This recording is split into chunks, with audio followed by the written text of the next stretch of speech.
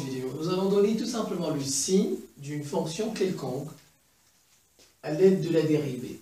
À l'aide de la dérivée, en fait, ça revient le plus souvent. On vous donne une fonction, on vous demande de l'étudier, de faire son tableau de variation, de faire ses limites, de faire la dérivée.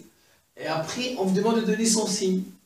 Quel est le signe de la fonction? Alors, donc, c'est de ça. On va passer, parce qu'on peut donner le signe à partir de la résolution d'une équation.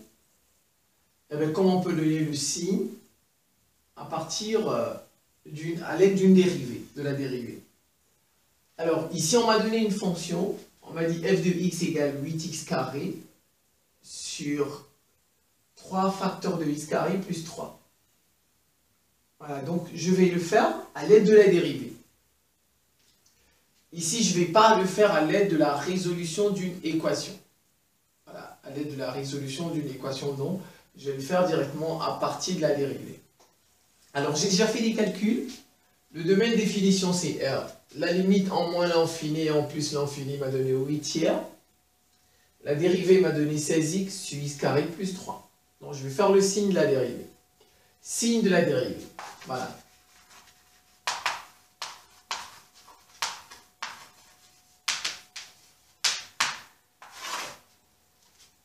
Pour tout x appartenant, le dénominateur, il est toujours positif, puisqu'on est dans R. Regardez, il est déjà au carré. X au carré. Et en plus, il est encore au carré. Vous voyez? Donc, ça, c'est positif. Pour tout x appartenant au df, x carré plus 3 au carré, strictement positif. Le signe de f' est celui du numérateur.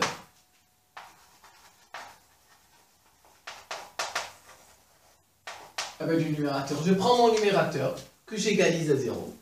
Ça fait 16x égale à 0. Ça fait x égale 0. Je fais mon tableau.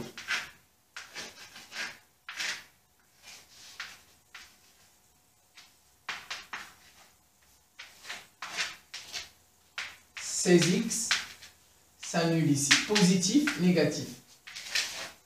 Ça, c'est le tableau de signes. Je vais donner le sens. Ça veut dire quoi? Que pour tout x appartenant à l'intervalle moins l'infini, 0, la dérivée est comment négative? F' de x négative, d'où f est strictement croissante, n'est-ce pas? Mais non, décroissante. Voilà, pour tout x appartenant à l'intervalle 0 à plus l'infini, la dérivée positive, d'où c'est f', f est strictement croissante, n'est-ce pas? Elle est décroissante ici, elle est croissante là-bas. Je peux faire mon tableau de variation, TV,